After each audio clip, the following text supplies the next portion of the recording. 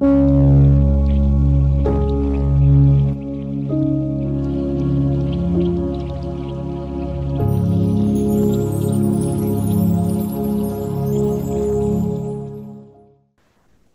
আলাইকুম দর্শক মণ্ডলী, আমরা আবারও আমাদের আজকের ওয়ার্ডস অফ সাকসেসের এপিসোডে ফিরে এলাম। আজকের এপিসোডটি আমরা এমন দুজনের সাথে করছি যারা দীর্ঘ সময় ধরে ইউরোপে বসবাস করছেন, এবং আমরা জানি যে প্রতি বছর বিভিন্ন উদ্দেশ্যে আমরা আমাদের দেশের মানুষ বা আমাদের এই উপমহাদেশের অনেকেই তারা ইউরোপে পাড়ি দেন এবং তারা ভাগ্যান্বেষণে তারা বের হন। তো এই যে ভাগ্যান্বেষণে যারা বের হন তাদের আসলে বাস্তবতা কি, কিভাবে তারা পরবর্তীতে তাদের জীবনযাপন করেন এবং যে প্রত্যাশা নিয়ে তারা দেশ ছাড়েন, হয়তো অনেকেই বলা যেতে পারে যে তার শেষ সম্বলটুকুকেও রিপ্লেস করে যান।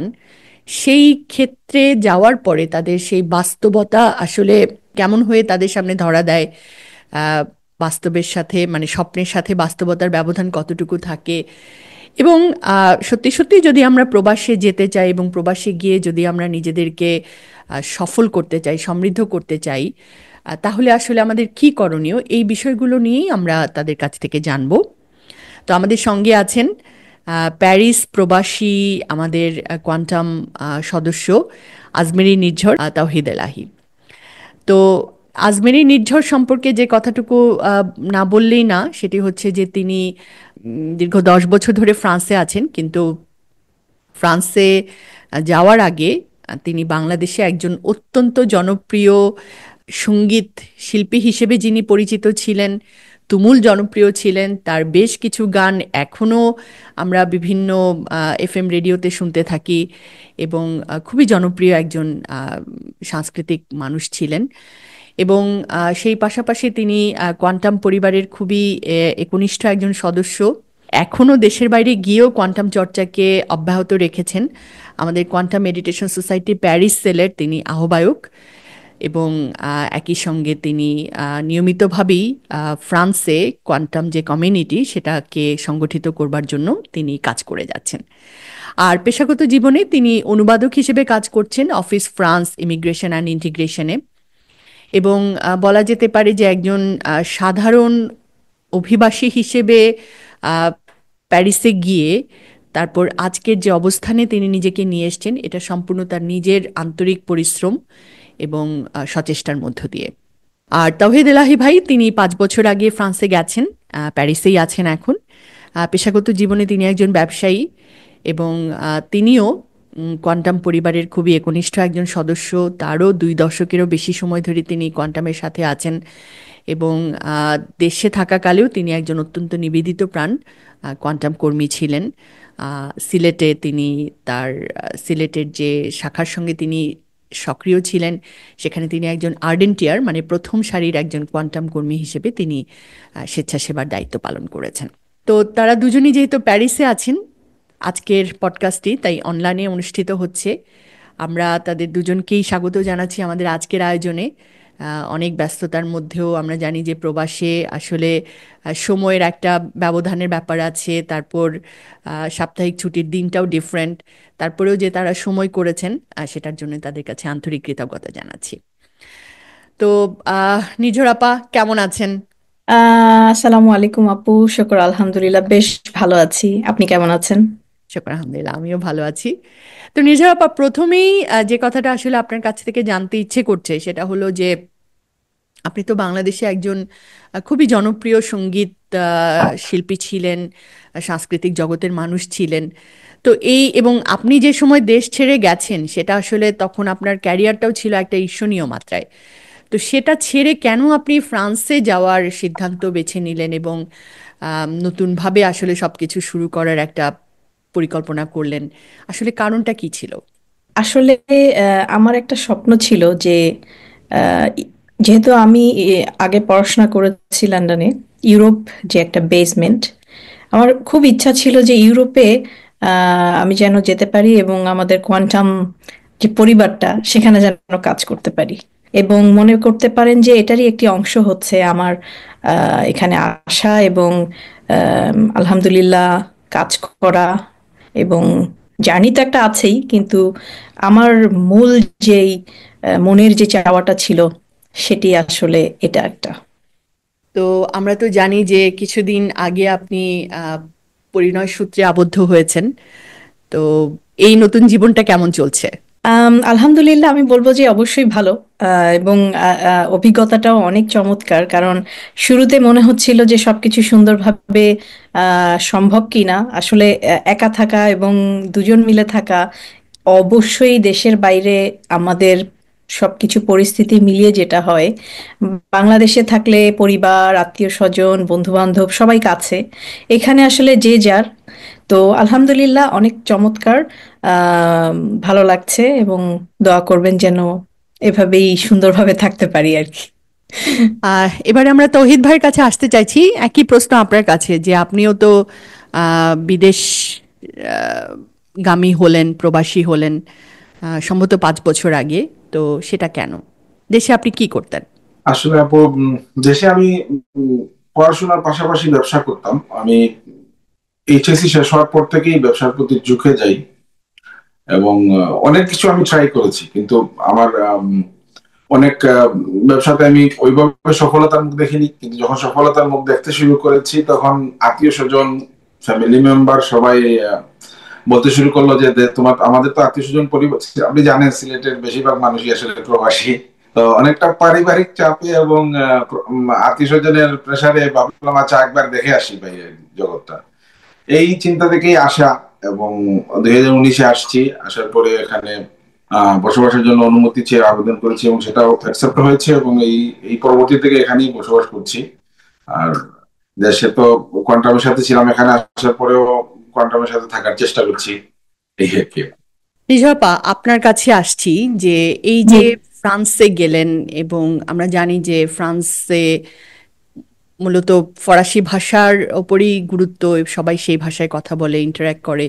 তো এরকম একটা নতুন ভাষা, নতুন সংস্কৃতি, নতুন সমাজ ব্যবস্থা, এবং একই সঙ্গে আপনি বলা যেতে পারে যে আপনাকে তো একেবারে নতুনভাবে শুরু করতে হয়েছে।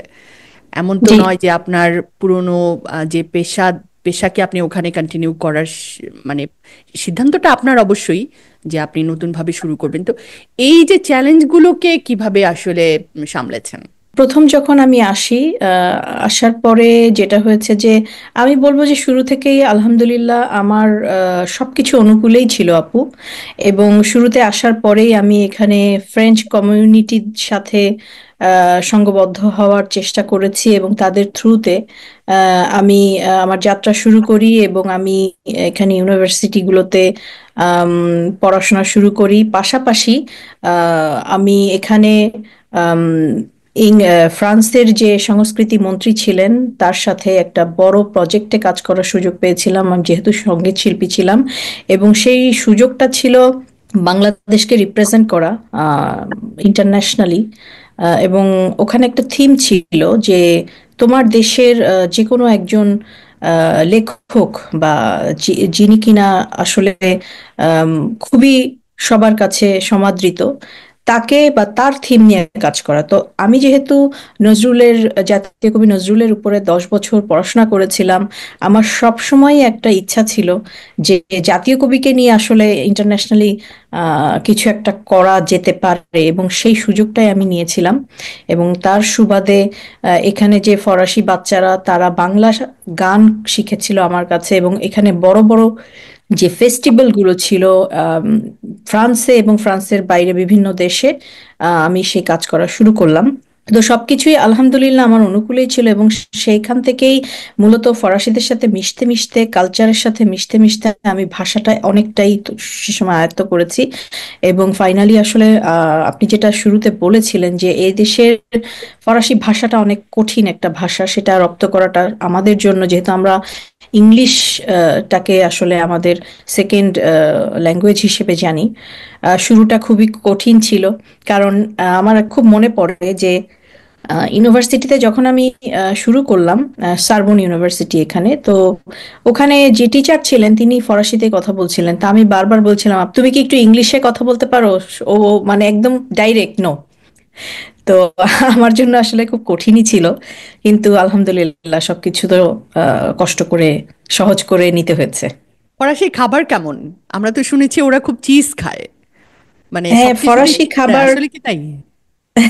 হ্যাঁ, এখানে 2000-এরও বেশি পদের চিজ আছে, এবং ফরাসিদেরকে আসলে চিজের জন্য সবচেয়ে বেশি বিখ্যাত বলা হয়, এবং শ্যাম্পেনের জন্য। তো খাবার দাবারের ক্ষেত্রে ফরাসি খাবার হচ্ছে পৃথিবীতে 1 নম্বর জায়গা করে আছে। কিন্তু আপনি যদি মাছে ভাতে বাঙালির কথা বলেন, তাহলে আমার কাছে মনে হয় যে আমার খাবারটাই বেস্ট। এটা আসলে প্রত্যেকের ক্ষেত্রে। তাহিদ ভাই, আপনার কাছে একটু আসছি। আপনি খুব বেশি দিন হয়নি আপনি ফ্রান্সে গেছেন। তো আমরা যে দেখি বিভিন্ন সময় ইউরোপে পাড়ি জমাচ্ছেন যে মানুষেরা, একেবারে অনেক ঝুঁকি নিয়ে অবৈধভাবে, বিভিন্ন, আমরা জানি যে সকল দালালদের মাধ্যমে। এবং এর মধ্যে আমরা একটা ডকুমেন্টারি দেখছিলাম, সেখানে হচ্ছে যে গেমের নাম ইউরোপ, মানে এখানে বিষয়টাই হচ্ছে যে কিভাবে ঝুঁকি নিয়ে ইউরোপে পাড়ি জমাবে।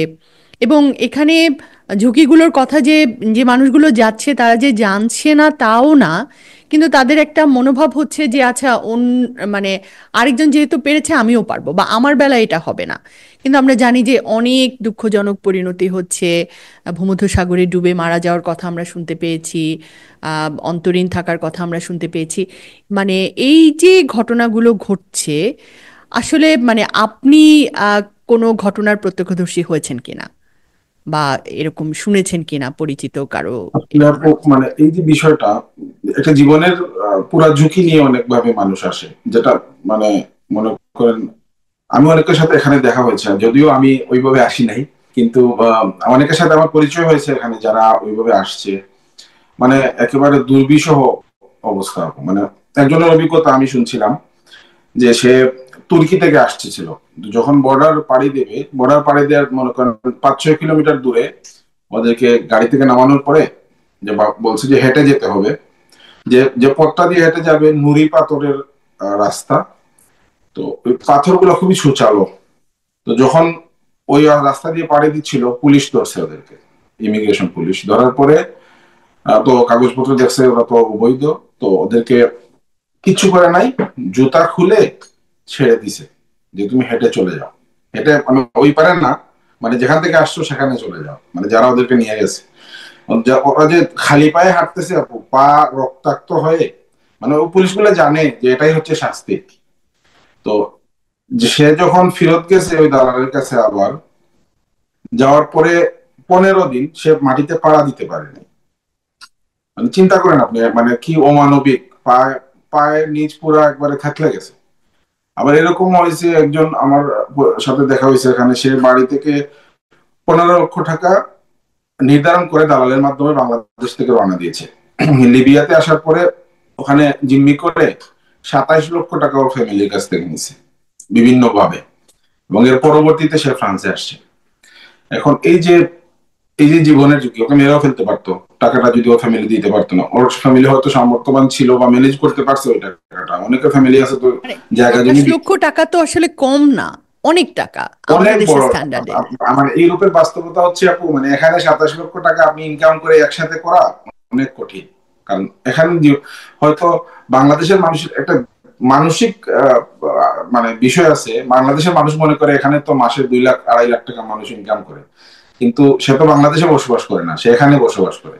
এখানে বসবাস করার যে লিভিং এক্সপেন্স, সেটা আসলে হিসাব করলে দেখা যায়। মানে আমি একটা উদাহরণ আমার পরিচিত অনেককেই দিই যারা আসতে চায়।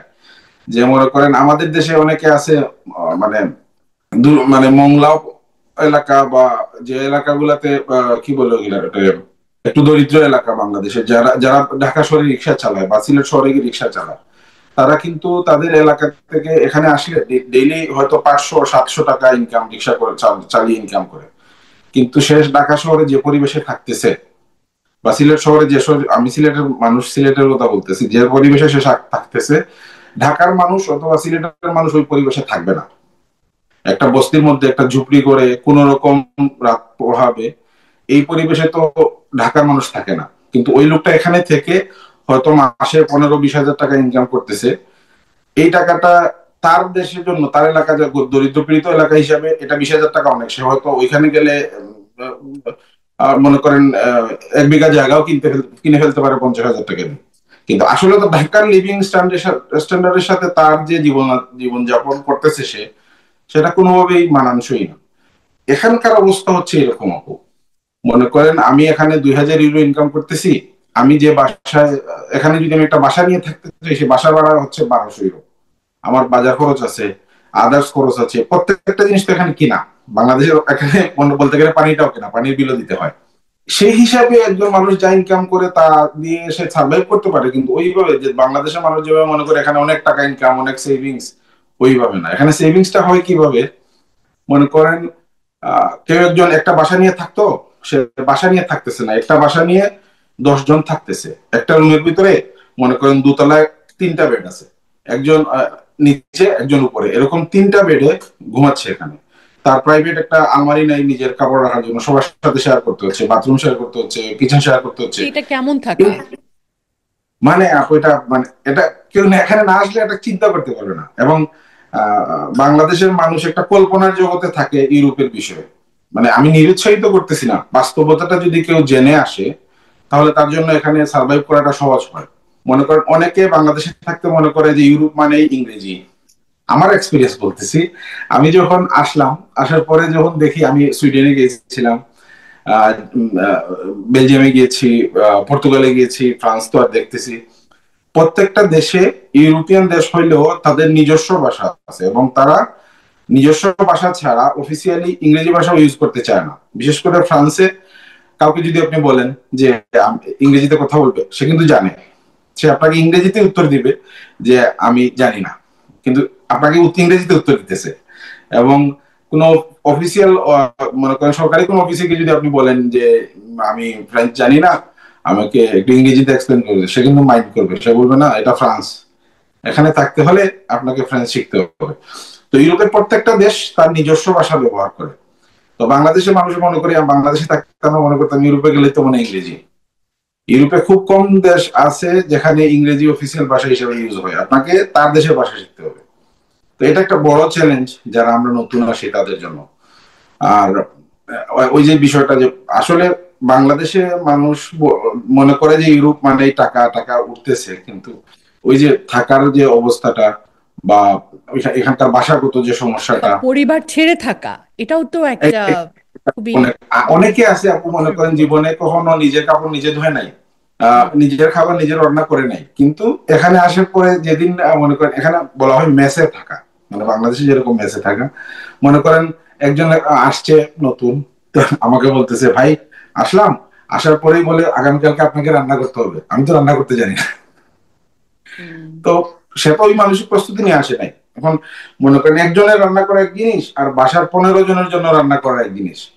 15 জন কিন্তু কাজ থেকে আসবে, আসার পরে সে খেতে বসলে, যখন মনে করেন একজন যারা রান্না করা যায় না, সে যদি ইউটিউব দেখে রান্না করে, হয়তো লবণ বেশি হবে, মরিচ বেশি হবে, না তোমার মানে এটা মুখে দেওয়া যাবে না। তখন পরিস্থিতিটা কিরকম হবে? একজন মানুষ সারাদিন কাজ করে এসে দেখা যাচ্ছে যে নতুন মানুষ রান্না করতে, সে খেতে পারতেছে না। এটা পরিস্থিতিটা কিন্তু অনেক জটিল।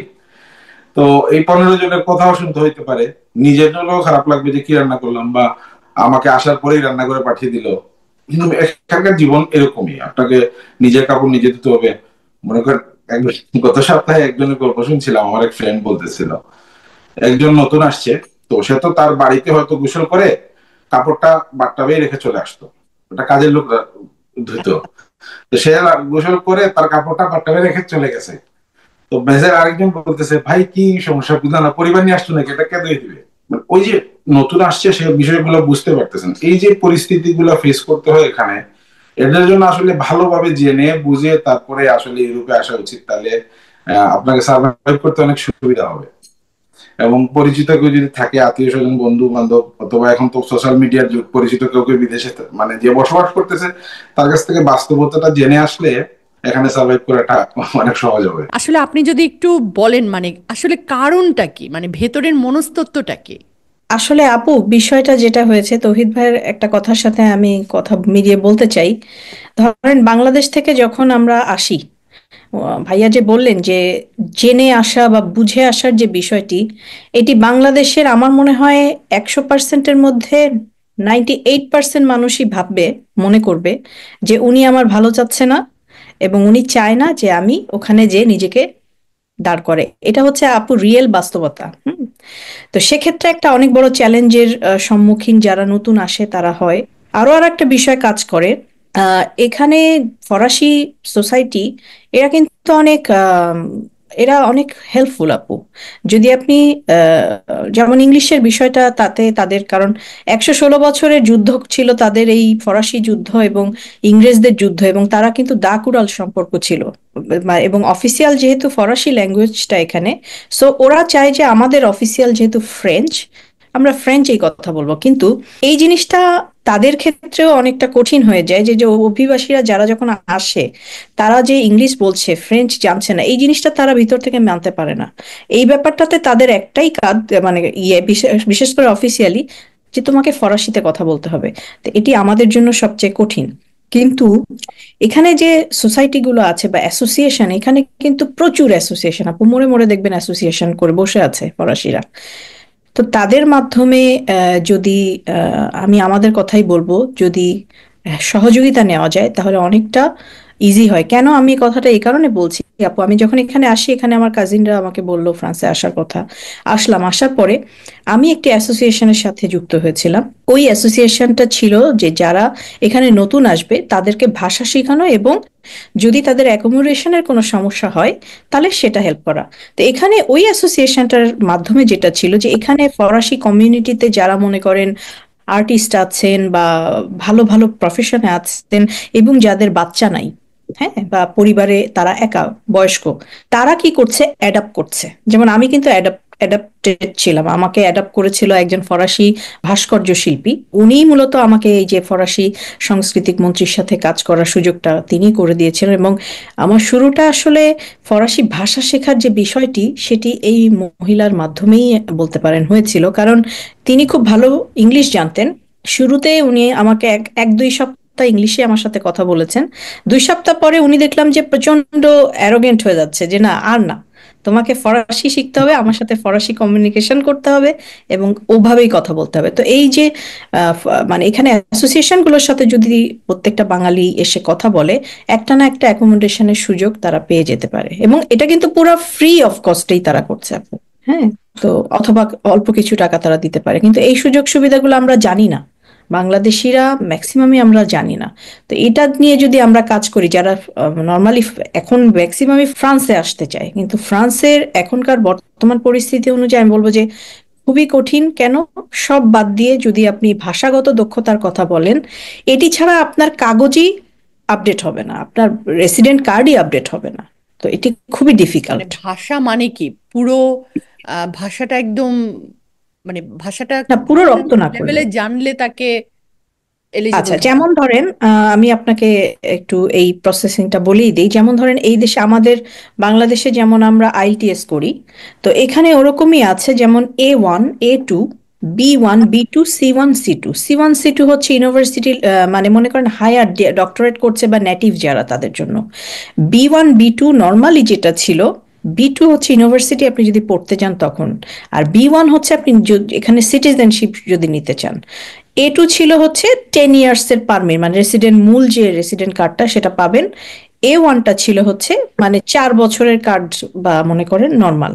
কিন্তু নতুন আমাদের ফরাসি যে পররাষ্ট্রমন্ত্রী আছেন, তিনি নতুন অধিবেশন আইন করেছেন, এবং এটি ছিল 2024-এর 26শে জানুয়ারিতে এই আইনটি হয়েছে, যে এখন থেকে মানে আগামী বছরের জানুয়ারি মাস থেকে যারাই এই দেশে পেপারকে আপডেট করতে চায় এবং বসবাস করতে চায়, তাদেরকে A1 হচ্ছে 1 বছর এবং 2 বছরের জন্য কার্ড, A2 হচ্ছে 4 বছর যারা আছে তাদের জন্য, B1 হচ্ছে যারা পারমিট, মূল রেসিডেন্ট পারমিট পেতে চান তাদের জন্য, এবং B2 হচ্ছে সিটিজেনশিপের জন্য। আপু আপনি একবার চিন্তা করেন, A1ই মানুষ করতে পারছে না, সেখানে কিভাবে একটা এবং সে যদি এটা না করে তাহলে তার রেসিডেন্ট পারমিট কার্ড হবে না। আর এদেশে উইদাউট রেসিডেন্ট পারমিট কার্ড কোনো জায়গাতেই আপনি কোনো ফ্যাসিলিটিস পাবেন না অফিসিয়ালি, কারণ আপনাকে ওই লেভেলটা পার করতে হবে। তো এটা কিন্তু বাঙালিদের জন্য, আমি আমার কথাই বলবো,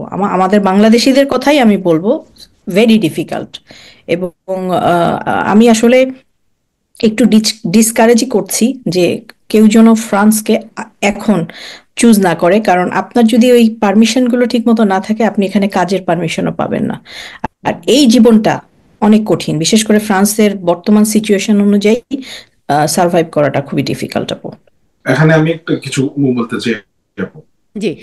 আসলে যে কাগজ ছাড়া মানুষের যে কাজের অবস্থাটা এখানে, মনে করেন একজন মানুষ এখানে সপ্তাহে 35 ঘন্টা কাজ, ফরাসি নিয়ম অনুযায়ী আপনাকে সপ্তাহে 35 ঘন্টা কাজ করতে হবে, সর্বোচ্চ আপনি 45 ঘন্টা পর্যন্ত করতে পারবেন। তো যারা কাগজ 48 ঘন্টা। 48, 48 ঘন্টা। তো যারা কাগজ ছাড়া এখানে কাজ করে, তারা সপ্তাহে এমনও আছে যে আপনাকে 12 ঘন্টা করে প্রত্যেক দিন, সপ্তাহে 6 দিন কাজ করতে হবে। মানে 72 ঘন্টা আপনি সপ্তাহে কাজ করতেছেন, কিন্তু আপনাকে স্যালারি দিচ্ছে ওই 35 ঘন্টা। যারা কাগজ ছাড়া লোক তাদের কথা বলতেছি। এবং মনে করেন সে দিনে 8 ঘন্টা কাজ করবে, সে জায়গায় তাকে 12 ঘন্টা কাজ করতে হচ্ছে। সে সপ্তাহে 35 ঘন্টা করবে, সে জায়গায় সে হয়তো 60-70 ঘন্টা করতেছে। এই যে সাফার এটার জন্য গুলা, তো এটা সে ইল পেইড, মানে এমন না যে সে খুব ভালো পেমেন্ট পাচ্ছে, মানে না, সে পেমেন্ট কিন্তু ওই 35 ঘন্টারই পাচ্ছে, কিন্তু তাকে কাজ করতে হচ্ছে। কারণ তার কাগজ নাই। কাগজ ছাড়া যদি কোনো মালিক কাজে রাখে এবং যদি এসে কোনো পুলিশ ইয়ে করে, সার্চ করে এবং পায় কাগজ ছাড়া, তাহলে বড় অঙ্কের একটা ফাইন হয় মালিকের। তো সেজন্য মালিক কাগজ ছাড়া রাখতে চায় না। আর যারা মনে করেন একটু অসৎ রাখে, এই চিন্তাই রাখে যে তাকে দিয়ে কাজ বেশি করাবে, পেমেন্ট কম দিবে, এক্সপ্লয়েট করাতে পারবে। হ্যাঁ। এবং মনে করেন প্রচুর অবৈধ অভিবাসী আছে এখানে, যাদের এখনো পেপারস হয় নাই, বিভিন্ন ভাবে কাজ করতেছে। অনেকে মনে করেন ভাষা শিখে নিছে, ভাগ্য ভালো, ভালো মালিকের কাছে পড়ছে, কাজ করতেছে, ভালো করতেছে। কিন্তু সিংহভাগ, হ্যাঁ, এটা রেয়ার। এবং সিংহভাগই মনে করেন এখানকার ব্যবসায়ী যারা, বিশেষ করে যারা এখানে নতুন আসে, তারা কাজ করে, যারা ভাষা জানে না, তারা রেস্টুরেন্ট সেক্টরে কাজ করে। এবং রেস্টুরেন্ট সেক্টরের বেশিরভাগ মালিক হচ্ছে আলজেরিয়ান, তিউনিসিয়ান। এরা কিন্তু এই সুযোগটা নেই। এবং মানে দুঃখজনক হলেও সত্য যে আমাদের বাঙালি ব্যবসায়ীরা যারা আছে, তাদের মধ্যেও অনেকে এই সুযোগটা নেয় এবং তুলনামূলক অন্য দেশের কেউ খারাপ ভাবে নেয়। হ্যাঁ, খারাপ ভাবে, অনেক খারাপ ভাবে না। আমি এরকম লোক দেখছি যে সে সপ্তাহে আধা দিন ছুটি দেয়, যে জায়গায় 2 দিন ছুটি তার অধিকার। আধা দিন ছুটি দিয়ে ওই লোককে 1000 ইউরো বেতন দেয়, যেখানে এখানে মিক্স স্যালারি, মানে সর্বনিম্ন স্যালারি হচ্ছে এখন 1400 ইউরো মতো, কিন্তু তাকে 1000 ইউরো বেতন দিচ্ছে। এইরকম অনেকগুলা প্রতিবন্ধকতা আছে এখানে, মানে কাজের ক্ষেত্রে অবৈধ অভিবাসীদের জন্য। এবং ওই যে বাসাগত যে বিষয়টা, মনে করেন অনেকে আছে যে বাংলাদেশে ভালোভাবে প্রতিষ্ঠিত, হয়তো সে চাকরি করতেছে, হয়তো 50,000 বা 30,000 টাকা স্যালারি পাচ্ছে নিম্নে, সে মনে করতেছেন আমি ইউরোপে গেলে হয়তো 2 লাখ টাকা ইনকাম করব। কিন্তু এখানে আসার পরে যখন সে বাস্তবতাটা দেখে, অফিসে চাকরি করা আর রেস্টুরেন্ট সেক্টরে চাকরি করা, বা এখানকার অন্যান্য যারা নতুন আসে, যারা ফরাসি ভাষা জানে না, ওরা যে সব সেক্টরে চাকরি করে, এখানকার মানে অনেক কষ্ট, যেটা সে আসার পরে মানে মিলাইতে পারে না। মনে করেন যারা আসি, তারা বুঝে আসা উচিত যে আমি যে হয়তো, সে হয়তো চিন্তা করে নাই যে আমি গিয়ে রেস্টুরেন্টে কাজ করা লাগতে পারে ইউরোপে এসে, কিন্তু সে বাংলাদেশে ভালোই ছিল, একটা ভালো অফিসে চাকরি করতে, হয়তো কোনো মার্কেটিং জবে কাজ করতো। কিন্তু এখানে আসার পরে যখন সে বাস্তবতাটা ফেস করবে, তখন তার জন্য এটা মেনে নেওয়া অনেক কঠিন হয়ে যায়। মানে আমি একজনকে চিনি, সে মানে কান্না করতেছিল আসার পরে তার ফ্রেন্ডের কাছে যে আমাকে বাংলাদেশে ফেরত যাওয়ার একটা ব্যবস্থা করে দাও। কিন্তু সে তো আর ফেরত যেতে পারবে না, কারণ অনেক মানে অদৃশ্য বাঁধনে সে বেঁধে যায়। মনে করেন বাংলাদেশ থেকে আসার সময় যখনই কেউ আসে, 10, 15, 20 লাখ টাকা খরচ করে আসে। আসার সময় হয়তো সে ঋণ করে আসছে, অথবা পরিবারের জমানো টাকা একবারে শেষ করে দিয়ে আসছে। এখন তো সেই টাকার মায়াও ফিরে যেতে পারে না। এবং এখানকার বাস্তবতাটা মেনে নিতে অনেক সময় লাগে, কষ্ট হয়, অনেকেই নীরবে কান্না করে, কাউকে বলতে পারে না। এই যে আমি আমার এক ফ্রেন্ডের বাড়ি, দেশের পরিজনদের কাছেও বোধহয় অনেকে বলে না বা বলতে পারে না। আমি আমার এক ফ্রেন্ডের কথা, ছোট ভাইয়ের কথা বলতেছি। আমার ফ্রেন্ড, সে ইংল্যান্ডে থাকে। একদিন সে ফোন করছে, মানে তার ভাই ফেসবুকে স্ট্যাটাস দিছে সে আত্মহত্যা করবে, ইউরোপে আসছে। মানে কারণ হচ্ছে ওর বয়স 19 যখন তার ফ্যামিলি এখানে পাঠিয়েছে। বাবা রিটায়ার করছেন, পেনশনের যে টাকা পাইছেন ওই টাকা দিয়ে ছোট ভাইটারে পাঠিয়ে দিয়েছেন। তো সে তো ওই ইউরোপের বাস্তবতাটা বুঝে নাই, বয়স 19, কি বুঝবে? এখন এখানে এসে দেখতেছে সে খেলাধুলা করতে পারতেছে না, সে ফ্রেন্ডদের সাথে আড্ডা মারতে পারতেছে না, কাজ করতে পারতেছে না, মেসে রান্না করার কথা বলতেছে, সে রান্না করতে পারে না। মেসের মধ্যে অনেকে আছে যে নতুন যারা আসে তাদেরকে দিয়ে শুধু শুধু নিজের কাজ ওরা দিয়ে করায় নেই, ভাই একটা জিনিস দোকান থেকে কিনে নিয়ে আসো যাও, অথবা ভাই আজকে আমার কাপড়টা ধুইতে যেতে হবে মেশিনে, তুমি এটা একটু নিয়ে যাও। নতুনদের সাথে অনেকে এরকম করে। এই জিনিসগুলো সে নিতে পারে না, কারণ সে তো বাবার আদরের দুলাল ছিল। তো যখন আমার ফ্রেন্ড আমাকে ফোন করে বলছে, আমি তো আকাশ থেকে পড়ছি, আমি সাথে সাথে তারে ফোন দিচ্ছিলাম, তো ফোন ধরে না, বাদে খুঁজে বের করছি সে কোথায় থাকে। তো পরে ওর সাথে অনেকক্ষণ কথা বলে বুঝলাম যে এই যে হতাশা আসার পরে যে এই পরিস্থিতি, সে তো চিন্তাও করে আসে নাই। সে তো চিন্তা করে আসে ইউরোপে যাব, টাকা ইনকাম করব, বাড়িতে পাঠাবো, নিজে আইফোন 16 কিনবো, কিন্তু বাস্তবতাটা ওই রকম না। তো এই জিনিসগুলো বুঝে আসতে হয় যে আপনি যেখানে যাচ্ছেন ওখানকার বাস্তবতাটা কি, আপনি কিভাবে থাকতে হবে, আপনাকে কাজে পাওয়ার জন্য কি স্ট্রাগলটা করতে হবে। এটা যদি বুঝে আসে তাহলে এখানকে সার্ভাইভ করা কঠিন। মানে আমার কথা শুনে অনেকে ভাববে হয়তো আমি নিরুৎসাহিত করছি, কিন্তু আসলে নিরুৎসাহিত করছি না, বাস্তবতা বুঝে আসেন তাইলে আপনার জন্য সার্ভাইভ করতে সহজ হবে। আর আসলে আমাদের কোয়ান্টামে থাকার কারণে হয়, আমি যখন আসছি আমার কোনো সমস্যাই হয় নাই, কারণ আমি আসার পরেই আপুর সাথে যোগাযোগ হয়েছে। এর আগে আমি যখন সুইডেনে গিয়েছিলাম, সেখানে আমি যে সেলে কাজ করতাম সিলেটে, সেই সেলের আরেকজন আইডেন্টিয়ার ছিলেন মাহবুব আহমেদ চৌধুরী। উনি সুইডেনে থাকতেন, উনি আমাকে এয়ারপোর্ট থেকে রিসিভ করছেন।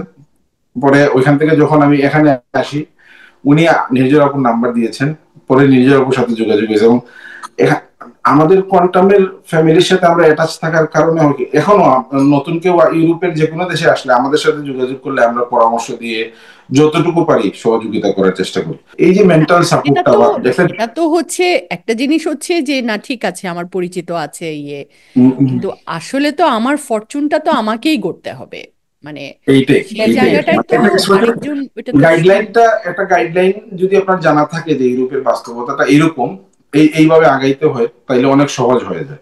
স্টুডেন্ট হিসেবে পড়তে যাওয়ার জন্য ফ্রান্স কেমন বা এই মুহূর্তে কেমন? স্টুডেন্ট হিসেবে পড়তে যাওয়ার জন্য ফ্রান্সের সুবিধাটা একটু কম।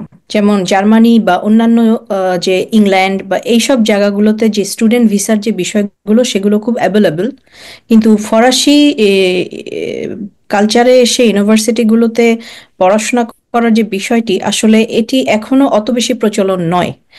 যার কারণে ফ্রান্সে কিন্তু স্টুডেন্ট ভিসার টাই আমি বলবো যে কম। এখন ভিসা দেওয়ার রেশিওটা একটু কম হ্যাঁ, অন্যান্য দেশের থেকে। এখন মূলত ওয়ার্ক পারমিট ভিসাটাই এখানে একটু বেশি বেশি হচ্ছে। আর বেসিক্যালি আগে যত অভিবাসনরাই এখানে এসছে ম্যাক্সিমামই আসলে এখানে যে প্রসিডিওর আছে সেই প্রসিডিওর অনুযায়ী তারা আসলে এদেশে লিগাল হয়েছেন। তো বর্তমানে স্টুডেন্ট ভিসার ব্যাপারটি এখনো আসলে ওভাবে এখনো আসে নাই আপু, মানে খুবই রেয়ার, রেয়ার যেটা বলবো আর কি। আরেকটা ধারণা আছে, খুব ছোটবেলা থেকেই আমাদের মধ্যে একটা ধারণা এসছে, সেটা হচ্ছে ফ্রান্স হচ্ছে শিল্প সংস্কৃতির কেন্দ্রবিন্দু, কেন্দ্রভূমি। জি এবং জি। কেউ যদি শিল্প সংস্কৃতিতে একেবারে খুবই উচ্চ মার্গের সাধনা করতে চায় বা অনুশীলন করতে চায়, তো ফ্রান্স ইজ মেকা ফর হিম। আসলে হুম এখনকার বাস্তবতার প্রেক্ষিতে এটাকে আপনি, এবং আপনি নিজেও একজন সাংস্কৃতিক ব্যক্তিত্ব, আপনি কি হুম। বলবেন আসলে? Is it a misconcept? না, অবশ্যই না।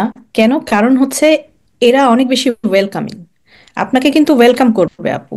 আপনি একটা জিনিস চিন্তা করেন, আমি যখন সাংস্কৃতিক মন্ত্রীর সাথে কাজ শুরু করি তখন কিন্তু আমার লিগালাইজেশন হয়নি, প্রসিডিওর চলছে।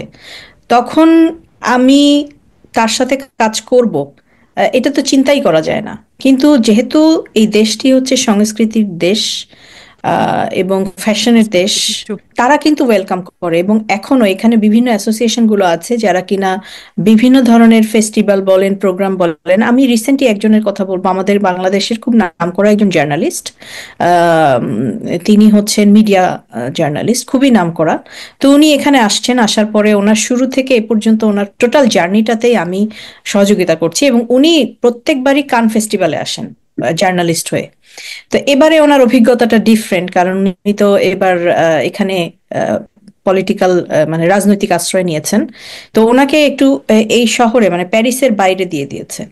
কিন্তু ওখানে যাওয়ার পরে প্রথম 1 মাস উনি খুবই হতাশ হয়ে যাচ্ছিলেন যে কিভাবে কি করব, কিন্তু গত 2 মাস আগে উনি এখানের একটা অ্যাসোসিয়েশন আছে সিকো ক্যাথলিক, হ্যাঁ, ওখানে উনি যুক্ত হয়েছেন এবং ওখানে যুক্ত হওয়ার পরে উনি যে কি ফুরফুরা মেজাজে আছেন, ওনার কিন্তু এখনো পেপারস হয়নি, কিন্তু এখানে উনি অনেক বড় বড় ফেস্টিভ্যাল গুলোতে কাজ করার সুযোগ পাচ্ছেন। তো এই বিষয়টি হচ্ছে আপু, যদি আপনি কালচারাল কমিউনিটি থেকে আসেন বা সাংস্কৃতিক ব্যক্তিত্ব হন বা ওই ধরনের কোনো নলেজ আপনার থাকে, এখানে আপনি সামহাউ ঢুকে যেতে পারবেন। আহ, এমনিতে জাতি হিসেবে ফরাসিরা অভিবাসীদের প্রতি কতখানি সিম্প্যাথেটিক, বা আমরা জানি যে অনেক দেশে অনেক কালচারে মানে রেসিজমের একটা ব্যাপার শোনা যায়, হুম হুম অন্য জাতিগোষ্ঠীর প্রতি আসলে তারা খানিকটা বৈষম্যমূলক আচরণ করেন। হুম হুম। এই ব্যাপারে ফরাসি অভিজ্ঞতা কেমন? বেসিক্যালি জাতিগতভাবে আম, তারা যেটা, তাদের যে মূল মন্ত্র এখন, যে কোনো বৈষম্য এখানে থাকবে না, ওরা কোনো ডিসক্রিমিনেশনের মধ্যেই আহ, যেতে এই দেশের আইনেই নাই। কিন্তু বাস্তবতাটা খুবই কঠিন। হ্যাঁ, এখানে বৈষম্যের যে বিষয়টি এটা থেকে যায়, তবে আমি একটা কথা বলবো যে তারা কিন্তু আমাদেরকে নিচ্ছে, নিচ্ছে না যে তা না, নিচ্ছে, অবশ্যই নিচ্ছে, এবং ফরাসিরাই কিন্তু রিয়েলি আমাদেরকে সহযোগিতা করছে। কিন্তু এই বৈষম্য যে ক্রিয়েটটা হচ্ছে, এটা কিন্তু হচ্ছে অভিবাসীদের সাথে অভিবাসীদের। হ্যাঁ, যেমন ভাইয়া যেটা বললো, আলজেরিয়ান, টিউনিশিয়ান, মরক্কো, এগুলো তো কলোনি ছিল এবং তারা এখন এখানে রাজ করছে, এরাও কিন্তু অভিবাসী, এরাই কিন্তু আবার আমাদেরকে নিচ্ছে। রিয়েল ফরাসি, আপনি দেখেন কোনো এখানে ফরাসি রিয়েল রেস্টুরেন্টে আপনি যদি কাজ করেন, কোনো সমস্যাই নাই আপু, এবং তারা ভালো স্যালারি দিচ্ছে, তারা ভালো ট্রিট করছে। কিন্তু ঠিক একই জিনিস আপনি যদি কোনো আলজেরিয়ানের কাছে যান অথবা অন্য দেশের কাছে যান, আপনি বৈষম্যের শিকার হচ্ছেন। তো রিয়েল বৈষম্যটাই কিন্তু আমরা আমাদের সাথে করছি, তারা কিন্তু খুবই কম করছে। হ্যাঁ, কাজের ক্ষেত্রে আরেকটা জিনিস আপু, মানে আমি একটু যোগ করতে চাই। মানে আমাদের মধ্যে একটা মানসিক এটা বলবো বন্দিত্ব কাজ করে। আমরা যখন নতুন বাংলাদেশিরা আসি, আসার পরে আমরা বাংলাদেশিদের কাছে কাজ খুঁজি, বা ম্যাক্সিমাম সর্বোচ্চ আমি আলজেরিয়ানদের কাছে কাজ করি। ফরাসি সোসাইটি গুলাতে, ফরাসি রেস্টুরেন্ট গুলাতে কাজ করার জন্য আমরা মানে ট্রাই করি না বা চেষ্টা করি না। আমরা কারণ মনে করি কি ওখানে মানে মানে মানে মুসলমান ভাষা, ভাষাগত ব্যাপার। ভাষাগত কারণে। আচ্ছা। কারণ একটা ফরাসির সাথে কথা বলতে যখন যাবেন, তখন যদি আপনি ফরাসি না জানেন, আপনার মধ্যে একটা হীনমন্যতা কাজ করবে। আবার অনেকে আছে যে ইংলিশ নিয়ে অ্যাপ্রোচ করতে চায় না, মনে করে যে ইংরেজি বলবে কি বলবে না, বা আমার ইংরেজি কতটুকু ভালো। অনেক ক্ষেত্রে মনে করেন এদেশের আলজেরিয়ানরা যে ইংরেজি বলে, এর চেয়ে আমাদের ইংরেজি অনেক ভালো, কিন্তু আমরা ওই সাহস করে বলতে পারি না। আমি আমার কথা বলতেছি আপু, এখানে আসে মনে করেন অনেকেই আসার পরে কাজ পায় না, কাজের জন্য হন্যে হয়ে ঘুরে। কিন্তু আমি প্রথমে 2টা সিভি ড্রপ করছি, আমার একটা সিভিতে কাজ হয়ে গেছে। পরের বার যখন ওই কাজটা আমি চেঞ্জ করছি, তখন 3টা সিভি ড্রপ করছি, একটাতে আমার কাজ হয়ে গেছে। এর কারণ আমি হিসেবে মনে করি, আমি যখন গেছি, আমি মালিকের সাথে সরাসরি মালিকের সাথে কথা বলছি এবং বলছি যে আমার কাজ দরকার, এবং আমি ইংরেজিতে কথা বলছি, আমি যেহেতু ফরাসি তখন পারি না। তো এই যে অ্যাপ্রোচটা আমি ওদের সাথে করছি, আমি বুঝাইতে সক্ষম হয়েছি যে তুমি যে কোনো, আমি যে যদিও আগে করি নাই, কিন্তু যে কোনো কাজ দিলে সেটা আমি করার চেষ্টা করবো এবং এটা করতে পারবো। আমি কিন্তু কাজ পাইছি। কিন্তু এই সেম জিনিসটা যারা নতুন আসে, তারা কিন্তু ওই সরাসরি গিয়ে কথা বলার যে বিষয়টা, সেটা সে করে না। সে হয়তো তার পরিচিত কেউ এখানে আছে, তাকে বলতেছে ভাই আমাকে একটা কাজ দেয়। তো ওই লোক তো আর কাজ দিতে পারবে না। সে হয়তো তার, সে যেখানে কাজ করে সেখানে যদি মানুষ লাগে, তাহলে হয়তো বলতে পারে ভাই আমার এখানে, আমার কাছে একজন লোক আছে যে কাজ করবে। কিন্তু মালিক মালিক যখন আপনাকে কাজে নিবে, আপনার পরিচিত একজনের কাছ থেকে আপনার সম্পর্কে জেনে সে যতটুকু বুঝবে আপনাকে, তার চেয়ে ভালো বুঝবে যখন আপনি তার সাথে কথা বলবেন। যখন মনে করেন আমি একজন রেস্টুরেন্ট মালিক যদি হই, আমি কাকে কাজে নিব? আমার এমপ্লয়ি বলতেছে আমার একজন আত্মীয় আসছে দেশ থেকে, তার জন্য কাজ দরকার। আর আরেকজন মানুষ সরাসরি এসে আমাকে বলতেছে যে আমি কাজ খুঁজতেছি, আমার কাজটা খুবই প্রয়োজন, আমাকে যে কোনো কাজ দিলে আমি সে কাজটা করব। তো আমি মালিক হিসাবে আমার মনে হবে কি এই লোকটার কাজ প্রয়োজন, তার দেখে তার বডি ল্যাঙ্গুয়েজ বোঝা যাচ্ছে সে কাজ করতে ইচ্ছুক। কিন্তু আরেকজনের কথা, যে আমার এমপ্লয়ি, যা তার আত্মীয় কথা যে বলছে, তাকে তো আমি দেখি নাই, তার সাথে আমার ইন্টারাকশন হয় নাই, সে আসলে কতটুকু কাজ করতে পারবে, কতটুকু ক্যাপাবল, কতটুকু তার প্রয়োজন, সেটা আমি অনুমান করতে পারবো না। বিদায় যে আমার কাছে সরাসরি আসছে তাকে আমি নেব, এবং ওই যে জড়তাটা কাটিয়ে কথা বলার যে সাহস, এটা সঞ্চয় করতে হবে এবং এটা করতে হবে। করতে পারলে যারাই আম, হ্যাঁ, সেক্ষেত্রে আমি এই কথাটা আমি না বলেই পারছি না। সেটা হচ্ছে আসলে আমরা যারা কোয়ান্টাম থেকে বিলং করি, বিশেষ করে তহিদ ভাই যে বললেন যে আমি কিন্তু নিজে যে চেষ্টা করেছি। ইভেন আমার ক্ষেত্রে আমি কিন্তু সব নিজে নিজে করেছি আপু, কারো সহযোগিতা, আমার আপন কাজিনই বলেন যে নির্ঝরের এই সেক্টরগুলোতে আমরা সহযোগিতা করিনি নিজে। এটা সবচেয়ে বড় কারণ হচ্ছে আমরা কোয়ান্টাম থেকে বিলং করি, কারণ আমরা নিজের কাজ নিজে করাটা গুরুজি আমাদেরকে শিখিয়েছেন, সেই মনোবলটা সবসময় দিয়েছেন। এবং এখানে ম্যাক্সিমামই আপনি কোয়ান্টামের যারাই এসছে তারা কিন্তু নিজে নিজে ট্রাই করার চেষ্টা করেছে, কিন্তু এটা কয়জন?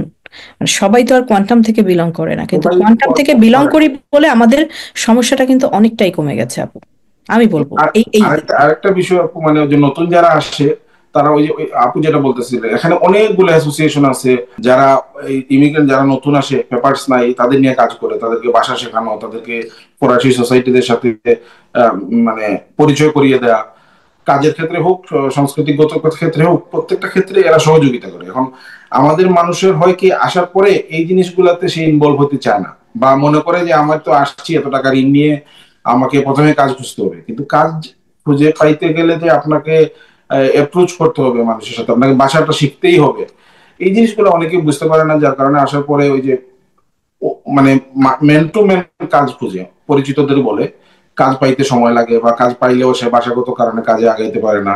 এই জন্য আসলে নতুন যারা আসে তাদেরকে উচিত হলো প্রথমেই এই যে অ্যাসোসিয়েশন গুলোর সাথে নিজেকে ইনক্লুড করা, এবং সেখানে যতটুকু পারা যায় ভাষা শেখার চেষ্টা করা। মনে করেন বই পড়ে আপনি অনেক শিখতে পারবেন, কিন্তু আপনি যখন কথা বলতে যাবেন ফরাসির মুখ দিয়ে বের হবে না। কিন্তু আপনি চারজন ফরাসির সাথে যদি আপনি এক সপ্তাহ সময় কাটান এই অ্যাসোসিয়েশন গুলাতে, দেখা যাবে অনেকগুলা শব্দ কথা বলার নিয়মিত ডে টু ডে কথা বলার যে শব্দগুলো, এগুলো অটোমেটিক্যালি আপনার ভিতর থেকে চলে আসবে। এটা হচ্ছে প্র্যাকটিস কথা, কিন্তু আমি ভাষা তো শিখতে গেলে বলবো প্রথমে যে আপনি। যদি আসলে আমার ফ্রান্সে প্রবাসী হওয়ার ইচ্ছে থাকে, তাহলে আমি জি, বলবো যে দেশে থাকাকালেই মানে ফরাসি ভাষা নিয়ে এটা এটা এক্স্যাক্টলি। এটা খুবই ভালো হয়। দক্ষতার বিষয়গুলোকে মানে সময় নিয়ে প্রস্তুত হওয়া। জি, আপু নতুন আইন আসতেছে, যেটা হচ্ছে আগে যে আপনি বাংলাদেশে থাকতে যদি আপনার পরিবারকে আনতে চান, পরিবার বলতে এখানে শুধুই বোঝানো হচ্ছে হাজবেন্ড ওয়াইফ বাচ্চা, কোনো বাবা মা ভাই বোন না। এই দেশে আবার বাবা মা ভাই বোন আনা যায় না। তো এখন সেক্ষেত্রে আপনি যদি আপনার ওয়াইফকে আনতে চান অথবা হাজবেন্ডকে আনতে চান, অবশ্যই তাকে 2 বছরের ফরাসি ভাষার একটা লেভেল করে এখানে দাঁড়াতে হবে। এটা নতুন জি, আইন হচ্ছে। জি, হ্যাঁ, জি। তো সেক্ষেত্রে কিন্তু আর কোনো পথ নাই, আপনাকে ভাষা শিখেই আসতে হবে। আমার কাছে আপু একটা জিনিস মনে হচ্ছে, যেভাবে বাংলাদেশে মনে করেন আইএলটিএস বা ইংল্যান্ডের লাইফ স্কিল করানোর কোচিং সেন্টার আশেপাশে প্রচুর হচ্ছে, ভবিষ্যতে ফরাসি ভাষা শেখার জন্য বাংলাদেশে এরকম হবে। কারণ যারা ফ্যামিলি নিয়ে আসতে চাইবে ওদের তো বাংলাদেশ থেকে করে ওয়ান আসতে হবে। সার্টিফিকেট নিয়ে আসতে হবে, এবং এটা ভাষা এটা মনে শেখার হয়। ব্যাপার হলে আমি অবশ্য তরুণদেরকে এখন উৎসাহিত করছি চাইনিজ মানে ম্যান্ডারিন শিখতে। হুম হুম, কারণ হ্যাঁ হচ্ছে মালদ্বীপ। যে হ্যাঁ, হ্যাঁ, এখন এটা হচ্ছে ইমার্জিং imagine। সিভিলাইজেশন। সো জি, আমি আমার পরিচিতদের যখন কাউন্সেলিং করি, ছোট ভাই ছোট বোনদের, আমি বলি যে তোমরা ম্যান্ডারিন শেখো, মানে জি, তবে ইংরেজি। এক্ষেত্রে আপু ফ্রান্সে একটা সুবিধা কি জানেন? এটা আমি এগ্রি করি যে আপনি যদি ফরাসি ভাষাটা পারেন মোটামুটি মানে চলার মতো হলেও, আপনি কিন্তু ঠেকে থাকবেন না এখানে। এবং না, কাজের ক্ষেত্রেও আপনি সুযোগগুলো পাবেন, সুবিধাগুলো পাবেন। এবং এই দেশের গভর্নমেন্ট 2টা জিনিস করে দিয়েছে। একটা হচ্ছে যারা ডিপ্লোমা বাংলাদেশ থেকে করে আসছেন, তারা সেটাকে ইকুইভ্যালেন্ট করে সেই সেক্টরে তারা ফ্রিতে পড়াশোনা করে কাজ করতে পারবে। এটা একটা যেমন সুবিধা আছে। দ্বিতীয় হচ্ছে যারা বাংলাদেশে টোটালি কখনো পড়ালেখাই করেনি, তাদের জন্য একটা সিস্টেম তারা করে দিয়েছে, ভ্যালিডেশন একই আহ, একটা সিস্টেম, যে তারা ওই তাদের এক্সপেরিয়েন্স বাংলাদেশে 1 বছর আছে যে কোনো প্রতিষ্ঠানে সে কাজ করেছে, দক্ষতা, যেমন ফর এক্সাম্পল মনে করেন ইলেকট্রিশিয়ান ছিল সে, সেখানে এসে যদি তার বাংলাদেশে সবকিছু প্রুফ করতে পারে, তারা ফ্রি অফ কস্টে তাকে সেই সেক্টরে ডিপ্লোমা করিয়ে সেই প্রফেশনে তারা ঢুকে যেতে পারে। এই জিনিসগুলো আসলে অনেকে আমরা জানি না, যেহেতু আমি এই সেক্টরগুলোর সাথে কাজ করছি। সো ইমিগ্রেশন নিয়ম কানুনগুলো আমি অনেকটাই জানি এখন। তো এই সুবিধাগুলো কিন্তু তারা দিয়ে রেখেছে আপু, এবং কোনো পয়সা কিন্তু লাগছে না এখানে আমার, এই একটা বিষয়। হ্যাঁ, আসলে এই তো আপনারা যেটা শুরুতেই বলছিলেন যে সংঘবদ্ধ থাকা, হুম। কমিউনিটির সাথে থাকা, এবং আহ, মানে আসলে এটাও তো পার্ট অফ স্কিল যে আমার একটা সিস্টেমে আমি গেলাম, সিস্টেমের কোথায় কি আছে, কোনটা আমি নিতে পারবো, কোনটা আমি নিতে পারবো না, কোনটা নেওয়ার জন্য আমাকে আরো যোগ্যতা অর্জন করতে হবে, এই বিষয়গুলো জানাটাও তো একটা দক্ষতা আমাদের। আমি অবশ্যই। যদি ভাবি যে আমি গিয়ে জাস্ট শুধু হাতে পায়ে চলে গেলাম, তাহলে তো হলো না। সেটাই।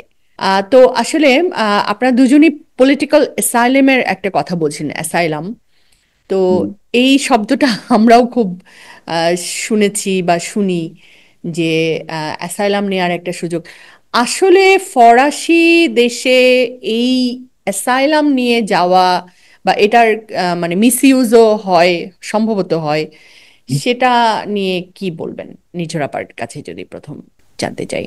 আহ হ্যাঁ, মিস ইউজ তো হয়। হ্যাঁ, অবশ্যই।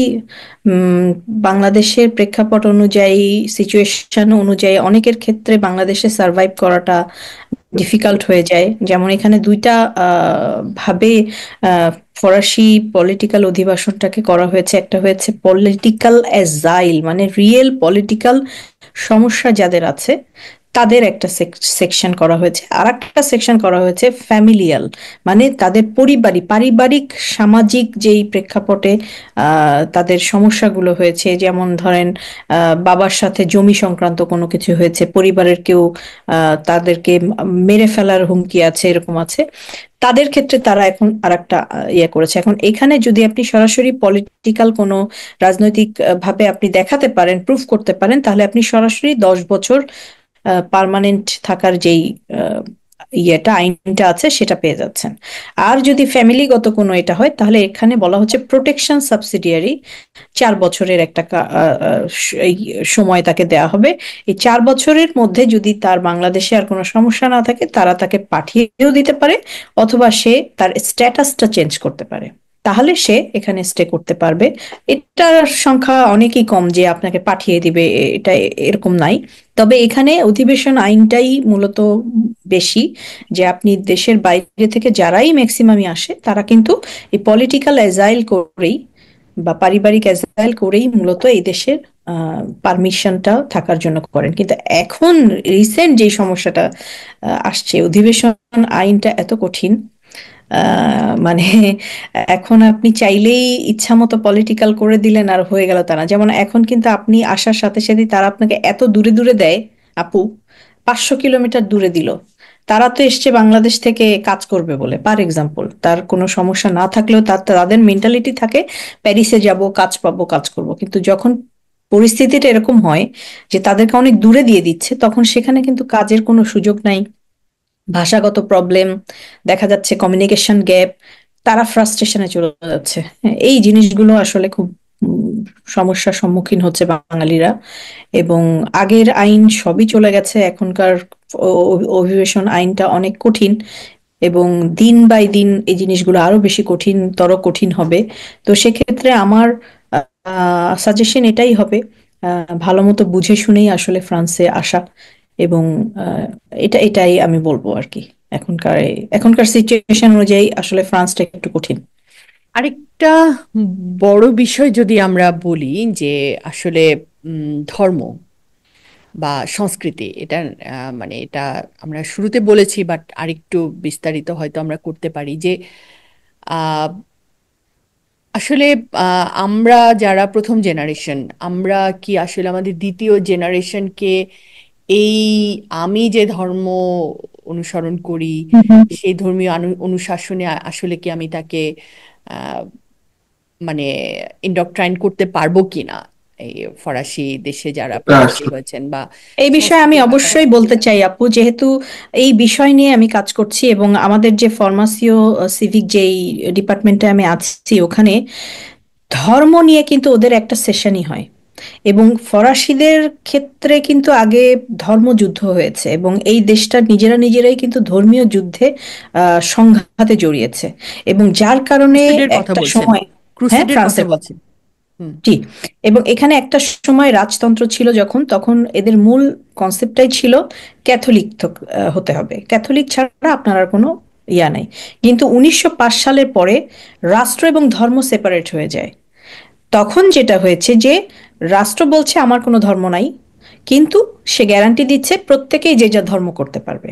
এখন বাস্তবতা হচ্ছে আপু, যত যাই বলেন, ওই ঘুরে ফিরে এখানে তো কোনো স্কুলগুলোতে বাচ্চাদের ধর্ম নাই, যেহেতু এটা রাষ্ট্র, রাষ্ট্র বলে ধর্ম আলাদা, আমাদের জন্য কঠিন হয়। কিন্তু ডে বাই ডে এই বিষয়গুলো খুব ডেভেলপ করছে ফ্রান্সে। কিরকম, কারণ এই দেশে কিন্তু সবচেয়ে বড় কমিউনিটি হচ্ছে মুসলিম কমিউনিটি। এখন, মানে ক্যাথলিকের পরে।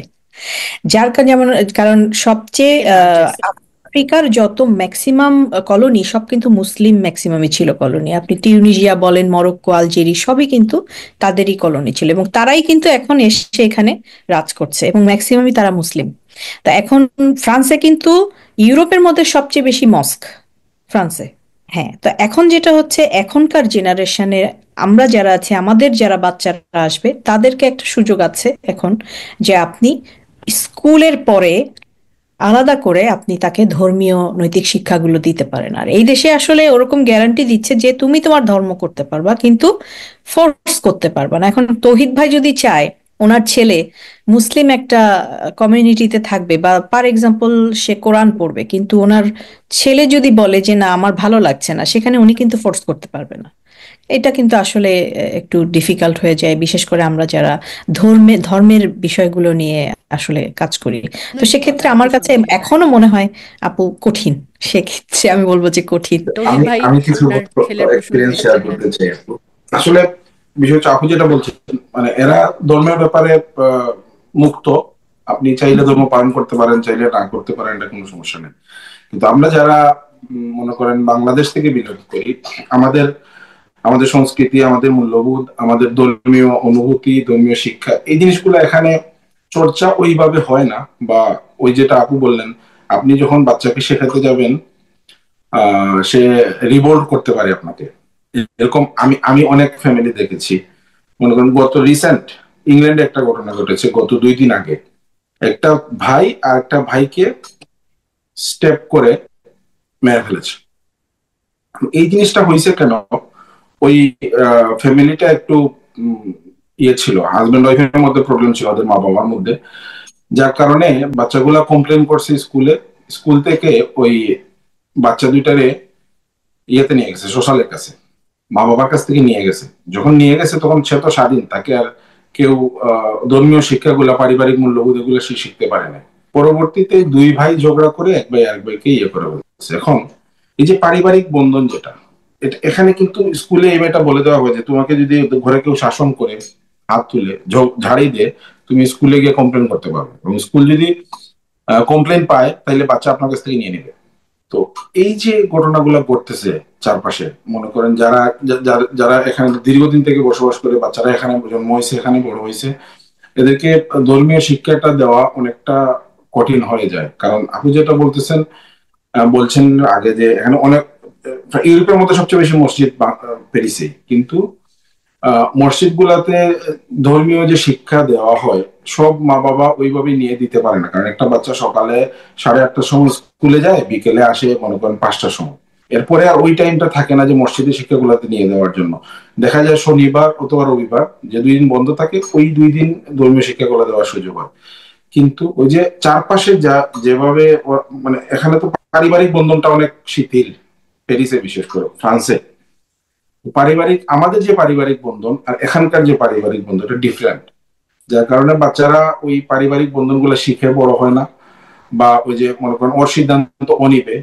যার কারণে বাচ্চারা দেখা যায় যে মা বাবা অনেক সময় ধর্মীয় অনুশাসন, পোশাক আশাকের বিষয়ে, হিজাবের বিষয়ে যখন ফোর্স এগুলো আসলে ছোটবেলা থেকে করতে হবে, তার বয়স 3 বছর 4 বছর তখন থেকেই করতে হবে মূলত। যখন এটা করতে আপনি যেটা আসলে মা বাবা হিসেবে আমাদের উচিত হচ্ছে আমরা নিজেরা করা, যেটা দেখে বাচ্চা শিখবে।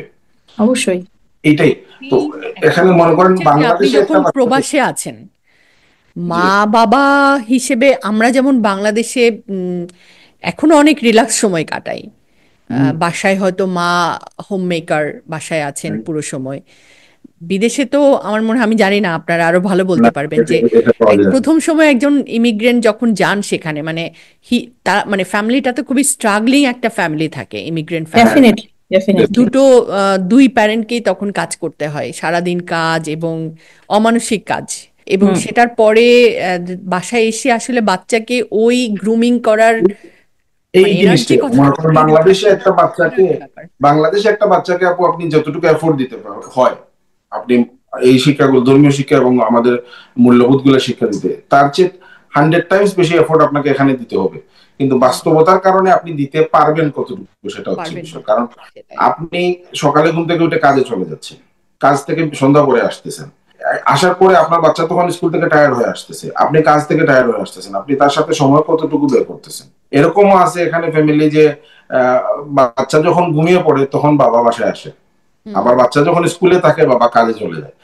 সপ্তাহে হয়তো একদিন 2 দিন বাবার সাথে দেখা হয়। যদি মা বাবা দুজনেই কাজ করে তাহলে জিনিসটা আরো কঠিন। বাচ্চাকে ডে কেয়ারে রেখে আপনি কাজে চলে গেছেন, আবার কাজ থেকে আসার সময় তাকে বাসায় নিয়ে আসতেছেন, আপনিও টায়ার্ড, বাচ্চাও টায়ার্ড, হয়তো আপনি কোনো মতে খাওয়াইলেন, ঘুম পাড়িয়ে দিলেন, শেষ। এই যে বাচ্চাকে আপনি যে এফোর্টটা দেওয়া, এই এফোর্টটা দেওয়া কঠিন হয়ে যায়। আমি খুবই কালকে একটা জানাজার নামাজ পড়ছি আমি এখানে। এই ভদ্রলোক মনে করেন 4 দশক থেকে এখানে থাকেন ইউকেতে। উনার যখন উনি মারা গেছেন, মারা যাওয়ার পরে ওনাকে মানে ওনার যে ছেলে এখানে আছে, ওনার 4টা সন্তান, বড় হয়ে 3জন ওনাকে ছেড়ে চলে গেছে। একটা ছোট ছেলে আছে যার বয়স 19। তাকে যখন বলা হয়েছে, মানে কমিউনিটির অনেকে ফোন গেছেন, খবর নিয়েছেন, তারপরে এখন জানাজার নামাজ হবে তো মসজিদে গিয়ে তো আগে আলাপ করতে হবে ওনার জানাজার নামাজটা করানোর জন্য। ওই আলাপ করতে যাবেন তো একজন মুরব্বী, কমিউনিটি মুরব্বী ওর ছেলে, ওনার ছেলেকে বলতেছেন যে আমরা তো কালকে সকালে যেতে যাব, এই মসজিদে যাব, তো তুমি আমার সাথে, আমাদের সাথে যাবা ওনার জানাজা নামাজের সময়টা ঠিক করে দেবো। সে উত্তর দিছে যে আমার তো কালকে কলেজ আছে, আমি যেতে পারবো না, বাবা মারা গেছে। বাচ্চাটা এই এই উত্তরটা দিছে। কারণ এটার পিছনে কারণ হচ্ছে সে তো এইভাবে বড় হয়েছে, সে এই কালচারে বড় হয়েছে, তার কাছে ওই জিনিসটা ওইভাবে টাচ করতেছে না তার হৃদয়। একজন বাঙালি শিশু বাচ্চা যখন বাংলাদেশে বড় হবে, তার বাবা মারা গেলে তার যে রিয়াকশনটা হবে, সেই রিয়াকশনটা এই ছেলেটার হচ্ছে না। ওনার বড় মেয়ে বলতেছে যে বাবার জানাজা হবে, জানাজা কিভাবে হয়, কবরটা কি মার্বেল পাথর দিয়ে বাধাই করে দিবে, কোন ফুল লাগাবে কবরের উপরে। এই যে, কারণ সে তো এখানে দেখছে যে খ্রিস্টানরা মারা গেলে কবরটা পাথর দিয়ে বাঁধায়, উপরে একটা ফুল দেওয়া হয়, তো সে ওইভাবে চিন্তা করতেছে বিষয়গুলা। কিন্তু আসলে তো সে একজন মুসলিম, একজন বাঙালি হিসাবে তার যেভাবে চিন্তা করার কথা সে ওইভাবে করতেছে না। এখানে হয়তো উনি ওইভাবে হয়তো বাচ্চাকে ধর্মীয় শিক্ষা পাইয়ে দিতে পারেন নাই, সেটা হয়তো ওনার ব্যর্থতা আমি বলতে পারবো। কিন্তু উনি যে স্ট্রাগল পিরিয়ডে ছিলেন, উনি যেভাবে এখানে শুরু করছেন, তখন হয়তো ওইভাবে দেওয়াই সম্ভব ছিল না আমার জন্য। এই যে বাস্তবতাটা, যে আসলে মনে করেন, আমি যেটা মনে করি, আমি যদি আমার সর্বোচ্চ এফোর্ট দেই তাহলে হয়তো আমার বাচ্চাকে ধর্মীয় অনুশাসন গুলা, আমাদের বাংলাদেশি সংস্কৃতি মূল্যবোধ গুলা শিখাইতে পারবো, হয়তো আমি হয়তো 100%-এর মধ্যে 80% সফল হব। কিন্তু এর পরের জেনারেশনের জন্য জিনিসটা আরো ডিফিকাল্ট হয়ে যাবে। যেটা আমি 100% চেষ্টা করে 80% করতে পারছি, ওটা হয়তো আমার ছেলে করতে করতে 50%-এর নিচে চলে আসবে। তো দেখা যাবে তৃতীয় জেনারেশনে গিয়ে এরা আসলে ওইভাবে বাংলাদেশেই থাকবে না। মনে করেন ফ্রান্সে এখনো সেকেন্ড জেনারেশন শুরু হয়েছে মাত্র, বাট ইংল্যান্ডে তো এখন 4th-5th জেনারেশন চলতেছে বাংলাদেশিদের। ওইখানে অনেক বাংলাদেশি আছে যে সে মানে ওই সোসাইটিতে বিয়ে শাদী করে নিচ্ছে, সে ওখানে সেটেল হয়ে গেছে। সেটা হয়তো ফার্স্ট জেনারেশন, সেকেন্ড জেনারেশনে হয় নাই, কিন্তু থার্ড জেনারেশনে গিয়ে আর ওইটা থাকে নাই। এটা আসলে আমাদের চিন্তা করা উচিত। অনিবার্য বাস্তবতা আমার মনে হয় যে এটা অনিবার্য বাস্তবতা। এটা আসলে যে মুসলিম আমাদেরকে এখানে স্থায়ীভাবে সেটেল হওয়ার আগে একবার চিন্তা করা উচিত যে আসলে আমার নেক্সট জেনারেশন গুলা আমি কোন রাস্তায় রেখে যাচ্ছি। এখানে আমি একটা কঠিন বাস্তবতার কথাই বলবো, যে অ্যাকচুয়ালি আমরা যারা আসি, আমরা কিন্তু ধর্মীয় অনুশাসনের কথা চিন্তা না করেই সেলফিশের মতো শুধুমাত্র আমার টাকা ইনকাম করতে হবে, এটাই আমাদের মূল ইয়ে থাকে। ওখানে ধর্মীয় শাসন অনুশাসন, কিন্তু ওই যে হ্যাঁ, সন্তানের ভালো ভবিষ্যৎ, এটাও কিন্তু মা বাবা মনে করে, কিন্তু আসলে কি ভালো এখানে এক্স্যাক্টলি ওই যে আমরা কোনো ভালোই নাই। ওইতে চিন্তা করি যে আমার বাচ্চাটা যদি ইউরোপে বা আমেরিকাতে বা ইংল্যান্ডে কোনো জায়গায় কোনো শিক্ষা প্রতিষ্ঠানে পড়ালেখা করে, ওইখানে বড় হয়, ওখানে ভালো শিক্ষা পাবে, ভালো জব অপরচুনিটিস পাবে, হয়তো ভালো ইনকাম করবে, এটাই চিন্তা করি আমরা। কারণ আমাদের আসলে বাস্তবিক জীবনে আমরা চিন্তা ওইভাবেই করি যে কে কত অর্থ উপার্জন করতে, সফলতাটা ওইভাবে আমরা ডিফাইন করি সাধারণ মানুষ। কিন্তু আসলে তো সফলতাটা ওইটা না। সফলতা হচ্ছে একজন আমার সন্তানকে, আমার পরিবারকে কতটা মানবিক করতে পারলাম, কতটা দুনিয়া এবং আখেরাতকে ব্যালেন্স করে আমি চলতে পারলাম, এটা আমরা মানে চিন্তা করি না।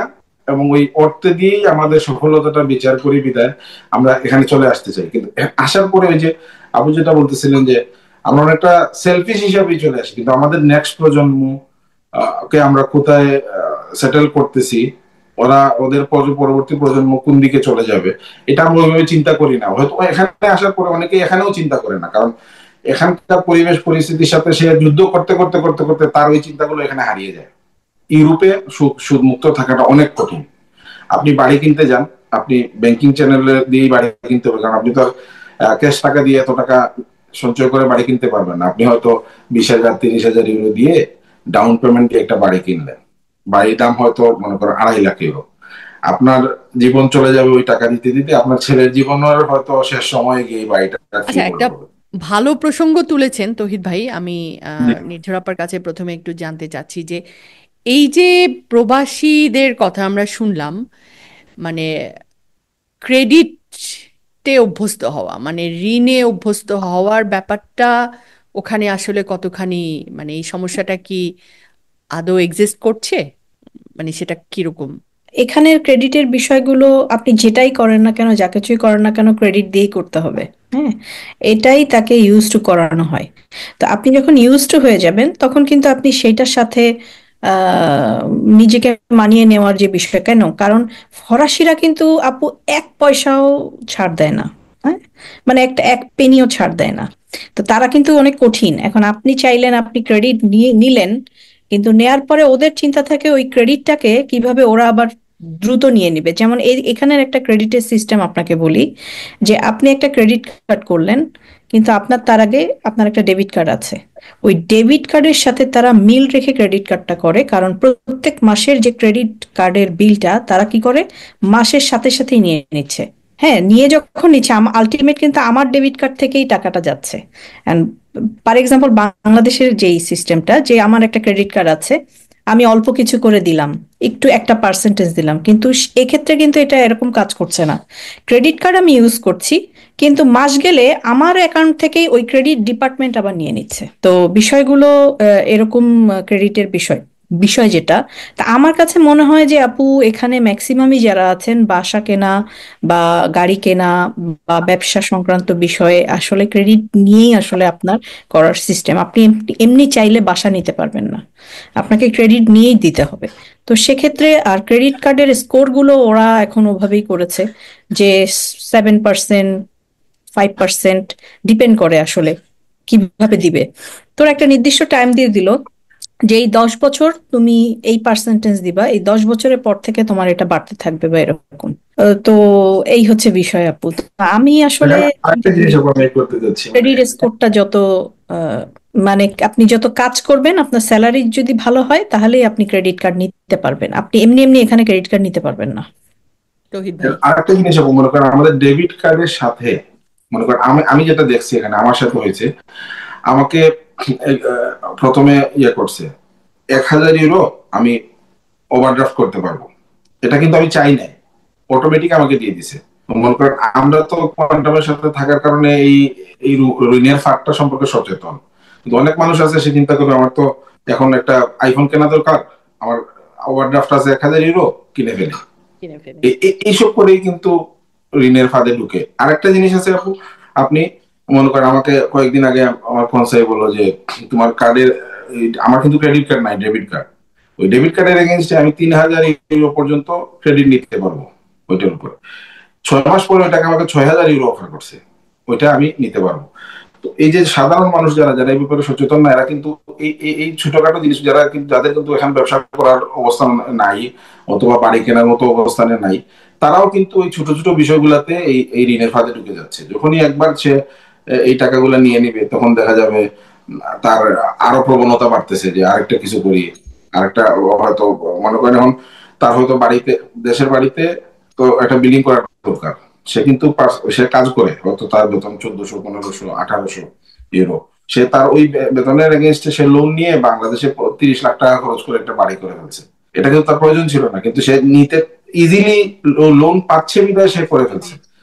করার পরে দেখা যাচ্ছে যে সে এই লোনটা আগামী 20 বছর মানে পরিশোধ করতে হচ্ছে, তার বেতন থেকে একটা ভালো হ্যান্ডসাম অ্যামাউন্ট প্রত্যেক মাসে কেটে নিয়ে চলে যাচ্ছে। মানে যারা কাজ করে তাদের জন্য এখানে খুবই ইজি হচ্ছে লোন পাওয়া। সে যদি শুধু মুখ দিয়ে বলে যে আমার এখন 20,000 ইউরো দরকার, সে শুধু জিজ্ঞেস করবে কাজ করো, কাজের কন্ট্রাক্ট আর পে স্লিপ, আর এবং ওই হ্যাঁ, কাজ টাকাটা, থাকলে হবে। আবার মনে করেন আপনি যদি মরে যান, তাহলে এই হ্যাঁ, জিনিসটা ওরাই নিয়ে নিবে। আর আর আপনার ওই ক্রেডিট আর কিছু ইয়ে হচ্ছে না, আপনার মৃত্যুর পরে গড়ের ওটা আবার ওরাই নিয়ে নিচ্ছে, এরকম যদি আপনি দিতে এখানকার না পারেন। এখানকার লাইফস্টাইলটাই এরকম, মানে আপনি লোন ছাড়া বড় অঙ্কের কিছু তো করতেই পারবেন না, এবং আপনার ডে টু ডে লাইফে ওরা বিভিন্ন ভাবে লোনে আপনাকে জড়ায় দেবে। আপনার ব্যবস্থা। আমাকে একদিন আমার কনসাল বলতেছে যে তোমার বাসায় যদি কিচেনে কাজ করাইতে চাও, কিচেনটা রিনোভেট করতে চাও, তাহলে আমরা এটার উপরে লোন দিব। মানে ওরা ওরা আপনাকে মানে এমন ভাবে অ্যাপ্রোচ করবে যে আপনি ভাববেন এত সহজ, তাহলে নেই না, অসুবিধা কি। এইটা এই কারণেই অনেকে মানে অপ্রয়োজনীয় ঋণের জালে জড়িয়ে পড়তেছে, এবং এটা দীর্ঘদিন তাকে টেনে নিয়ে যাচ্ছে। একবার যখন সে ঋণের জালে ঢুকে পড়বে, পরবর্তীতে তার এই জালের মধ্যে এই আবর্তনেই তার জীবন চলে যাবে। এখানে ঋণের বাইরে থাকাটা অনেক কঠিন। কঠিন। আমরা আমাদের আলোচনার একেবারে শেষের দিকে এসে গেছি। আহ, নির্ঝর আপা, আপনি তো দীর্ঘ সময় ধরে কোয়ান্টামের সঙ্গে আছেন, তৌহিদ ভাই আছেন। আমি বলছিলাম শুরুর দিকে যে দশকের অধিক বেশি সময় ধরে, এবং আপনারা কোয়ান্টাম চর্চাটাকে প্রবাসে গিয়েও ধরে রেখেছেন, এবং আপনাদের আলোচনাতে এসেছিল যে আসলে কোয়ান্টামের সাথে সম্পৃক্ত থাকার কারণে আপনাদের প্রবাসের যে জীবনের অনেক ঝঞ্ঝাই হয়তো আপনাদের সেভাবে পেতে হয়নি। তো এই ব্যাপারটা আসলে কিভাবে সম্ভব হলো, বা এটা একজন কোয়ান্টাম সদস্য যখন প্রবাসী হবেন তার আসলে কোন বিষয়গুলো খেয়াল রাখা উচিত, যেটা আপনারা খেয়াল রেখেছেন? প্রথমে আমি নির্ঝর আপার কাছে আসছি। অবশ্যই আপু, যেহেতু আমার একটা স্বপ্নই ছিল যে দেশের বাইরে কোয়ান্টামে কাজ করব, কোয়ান্টাম নিয়ে কাজ করব। এবং শুরুটা আসলে অবশ্যই কঠিন ছিল, কারণ চেনা জানার একটি বিষয় ছিল। যেমন তৌহিদ ভাইয়ের একটা পজিটিভ, ওনার লাক ছিল যে অলরেডি আমি এক্সিস্ট করছি। হ্যাঁ, একটা অলরেডি সময় ঘরটা ছিল গোছানো ছিল। ঘরটা গোছানো ছিল, কিন্তু একটা সময় ছিল আপু, যারা আসতেন অনেক আগে, আমাদের আগে, তাদের কিন্তু ঘর গোছানো ছিল না। হ্যাঁ, হুম। তাদের জন্য কিন্তু অনেক স্ট্রাগল করেই ঘরটা গুছাতে হয়েছে। না, যেমন সেটার আমি কৃতিত্ব ফ্রান্সে আসলে আসার আমরা পর, আপনাকে দেই, যে আপনি যখন দেখেছেন ঘরটা নেই, সেই ঘরটা কিন্তু আপনি গড়েছেন যেমনই হোক। যেমনই হোক আপু, এবং অবশ্যই শুরুটা অনেক কঠিন ছিল। কারণ ওই যে গুরুজি একটা কথা বলেন যে যদি তোর ডাক শুনে কেউ না আসে, একলা চল। একলা চলাটা শিখে গেছিলাম, যার কারণে একটু একটু করে 2016 থেকেই মূলত আমি কাজ শুরু করি। তখন বিভিন্ন জায়গায় যে কাজ শুরু করি, এবং 2018 থেকে আমরা কাজ ফাইনালি ওভাবে শুরু করি। এবং কোভিডের আগ পর্যন্ত আমরা কিন্তু সুন্দরভাবেই একত্রিত হয়ে প্রোগ্রামগুলো করতে পেরেছি, এবং অনেক মানুষ কিন্তু তখন এসেছে। নেতিবাচক তো থাকবেই আপু, পজিটিভ নেগেটিভ ছিল, সবকিছু মিলিয়েই আমরা আমাদের যাত্রাটা কন্টিনিউ করছিলাম। কিন্তু কোভিডের পরে আসলে জিনিসগুলো অনেক কঠিন হয়ে গেছে। তো আলহামদুলিল্লাহ এখনো পর্যন্ত 2018 থেকে এটা 2025 আমরা কিন্তু কন্টিনিউ করে যাচ্ছি।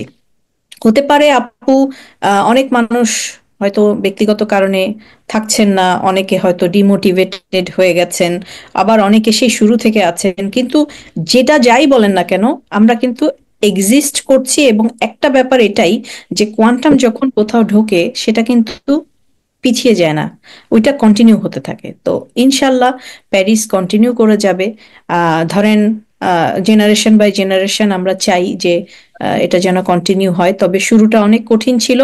তৌহিদ ভাই। আসলে আপু, মনে কর আমি যখন কোর্স করি তখন আমি এসএসসি পরীক্ষার্থী ছিলাম, 2006 সাল। এবং এর পরবর্তীতে 2007-এর শেষের দিক থেকে আমি গোলাপগঞ্জ সেল প্রতিষ্ঠিত হয়, এবং ওই ওই শুরু থেকেই আমি গোলাপগঞ্জ সেলের সাথে ছিলাম। পরবর্তীতে অনেক সময় সিলেট সেন্ট্রাল কোয়ান্টিয়ার হিসেবে কাজ করেছি। যখন দেশের বাইরে আসবো চিন্তা করি, তখন আমি যে দেশে সুইডেনে এসেছিলাম প্রথমে সুইডেনে কে আছেন খবর নিলাম। তো সেখানে মাহবুবেজ আছেন, মাহবুবের সাথে তো আমি আমার গোলাপগঞ্জ সেলে কাজ করেছি, কোয়ান্টিয়ার আর্জেন্টিয়ার পর্যন্ত গোলাপগঞ্জে ছিলাম। পরে মাহবুবাই দেশের বাইরে চলে যান। আমি ওখান থেকে মাহবুবের সাথে যোগাযোগ হয়, মাহবুবাই আমাকে এয়ারপোর্ট থেকে রিসিভ করছেন। আবার যখন প্যারিসে আসি, তখন মাহবুবাই নির্জরাপুর নাম্বার দিয়ে দিয়েছেন। তো আমার জন্য ইউরোপের জার্নিটা মানে অনেক সহজ ছিল। মানে কারণ আমার গাইডলাইন ছিল যে এখানে কিভাবে শুরু করতে হয়, কিভাবে কি করতে হয়, প্রত্যেকটা জিনিস। আমি যখন আমার সাথে কিন্তু নির্জরাপুর বাংলাদেশে থাকতে কোনো পরিচয় ছিল না, প্যারিসে আসার পরে প্রথম পরিচয়। কিন্তু বিষয়টা মানে কখনো মনে হয় না এরকম যে আগে কোনো পরিচয় নাই। আমার কাছে মনে হচ্ছে দীর্ঘদিনের পরিচয় আছে আপুর সাথে। মানে আমি নিজের বড় বোনের মতো মনে করতাম, যে কোনো জিনিস জানা হলে জানতাম। তো এই যে এই যে একটা মানে সাংগঠনিক বন্ধন আমাদের, আমরা এখনো যদি প্যারিসে কাউরে পাই, আমি কয়েকদিন আগে একজনকে পাইছি হাতে বালা আমাদের কোয়ান্টামে। তো আমি জিজ্ঞেস করলাম, ভাই আপনি কি কোয়ান্টামের লোক? উনি বললেন, না ভাই আমি কোয়ান্টাম কি জিনিস সেটাও জানতাম না, এই বালাটা একজনের হাতে দেখে ভালো লাগছিল, তার কাছ থেকে নিছি এই প্যারিসে, সম্ভবত আমাদের রাকিব ভাই দিছে ওনারে। আচ্ছা। তো পরবর্তীতে যখন যেখানেই যাই লোকে জিজ্ঞেস করে, ভাই একটু কোয়ান্টামের লোক, তখন মানে একটু জানার চেষ্টা করলাম, পরে জানলাম কোয়ান্টাম এই সেবামূলক কাজ করে, এরকম আত্মনির্ভরমূলক কাজ করে। তো এই যে মানে কোয়ান্টামের লোককে আমরা পাইলে নিজের পরিবারের লোক মনে করি, নিজে যতটুকু পারি সহযোগিতা করার চেষ্টা করি ইনফরমেশন দিয়ে। এই যে বন্ধন যেটা আমাদের কোয়ান্টাম, আমরা যে পরিবার বলি কোয়ান্টাম পরিবার, এটা আসলে মানে ফিল করতে পারি আমি আমার জীবন থেকে, যে আমি জীবনে যখনই যেখানে গিয়েছি আমার কোয়ান্টাম পরিবারের ভাই বোনদের আমি পাশে পেয়েছি। যখনই আমার কোনো পরামর্শের দরকার প্রয়োজন ছিল, যে কোনো জিনিস যেটা বুঝতাম না আমি ওখান থেকে জেনে নিয়েছি। এই যে একটা বড় পরিবার আমাদের, আগে বাংলাদেশে থাকতে মনে করেন বাংলাদেশে যে কোনো জেলায় গেলেও খুঁজ নিতাম আগে এখানে কোন শাখা সেল আছে, ওইখানে গেলে একটা ইনফরমেশন দরকার নিয়ে নিতাম। এখন দেশের বাইরে এসে এখানে আমরা নেই। এখন তো মনে করেন আলহামদুলিল্লাহ এখানে আসার পরে যখন আপনি যেটা বলতেছিলেন কোভিড এর আগে সাদা কায়নে যখন যেতাম তখন সবার সাথে সশরীরে দেখা হতো, একটা উৎসব মনে হইতো রবিবারে। কোভিড এর পরে প্রেক্ষাপটটা অনেকটা বদলে গেছে, মানুষজন এখন সশরীরে আসার চেয়ে অনলাইনে প্রোগ্রাম করতে কমফোর্টেবল ফিল করে। তো এখন আমরা আসলে পরিস্থিতির কারণে এখন অনলাইনে করি, কিন্তু অনলাইনেও যখন রবিবারে সবাই সংগঠিত হয় খুবই ভালো লাগে। এবং এখন তো ব্যক্তিটা অনেক বড়, আমাদের প্রোগ্রামে ইটালি থেকে লোক অংশগ্রহণ করে, পর্তুগাল থেকে করে, স্পেন থেকে করে, ইভেন আমাদের জামাল ভাই তো ইয়ে থেকে, সাউথ কোরিয়া। সাউথ। এটা আসলে খুবই ভালো লাগে, আমরা একজন আরেকজনের সাথে পরামর্শ শেয়ার করি, তাছাড়া কারো এখন তো ইনফরমেশন মানে লাগে। আমাদের ঢাকা থেকেও অনেক প্রোগ্রাম গুলো স্ট্রিম হ্যাঁ, হচ্ছে। এখন তো লাইভ জি। স্ট্রিমিং হচ্ছে। আমার আমার আমার পরিচিত একজন আঙ্কেল, আমাদের প্রমাস্টার গোলাপগঞ্জ সেলের ছিলেন, উনি এখন আমেরিকাতে ওয়াশিংটনে অবস্থান করছেন আর কি। তো উনি আমাকে ফোন করেছিলেন ওই দিন, ফোন করে বলতেছেন যে তাওহিদ আমি অনলাইনে কোনো প্রোগ্রামে অংশগ্রহণ করতে পারি কিনা, কারণ দীর্ঘদিন উনি কোনোভাবে কানেক্টেড না। উনি এখন ফিল করতেছেন যে আমার কোয়ান্টামের প্রোগ্রামে অংশগ্রহণ করতে পারলে আমার ভালো লাগতো। উনি রিসেন্টলি একটা ছোট স্ট্রোক করছেন, তখন ওনার রিয়েলাইজেশন হয়েছে যে আমি কোয়ান্টামের সাথে থাকলে হয়তো এই জিনিসটা আমার হইতো না। তো উনি আমাকে নক করছেন যে আমাকে কোনোভাবে কানেক্ট করে দেওয়া গেলে এখান থেকে যদি আমি কোর্সটা রিপিট করতে পারতাম আমার জন্য খুবই ভালো হতো। উনি এখন দেশে যেতে পারতেছেন না। আমি বললাম যে চাচা আমরা এটা চেষ্টা করতেছি, আমরাও বলছি অনেকভাবে ফাউন্ডেশনে, যদি আমাদের যারা দেশের বাইরে থাকি তারা যদি রিপিট করার সুযোগটা পেতাম কোর্স কোনোভাবে, এটা আমাদের জন্য খুবই ভালো হতো। তো ওনাকে আমি বলছি যে আপনি অ্যাটলিস্ট জ্বালানিতে অংশগ্রহণ করতে পারবেন মাসে একদিন, আপনি ওইটা করেন। তো উনি আমাকে গতকালকেও ফোন দিয়েছিলেন যে উনি অনলাইন বিষয়গুলো বুঝেন না। তো আমিও যেহেতু এখন প্যারিসের বাইরে অবস্থান করতেছি, আমি বলছি যে আঙ্কেল আমি প্যারিসে ফেরার পরে আপনার এটা করে দিব না। এই যে একটা পরিবার হিসাবে থাকা, আগে ছোট পরিসরে দেশে একরকম ছিলাম, এখন দেশের বাইরে মনে করেন একটা বিশাল জগৎ, মানে পৃথিবীর যে কোনো প্রান্ত থেকে এখন কোয়ান্টামের সাথে কানেক্টেড দেখা যাচ্ছে, গুরুজি প্রোগ্রামে সরাসরি অংশগ্রহণ করা যাচ্ছে।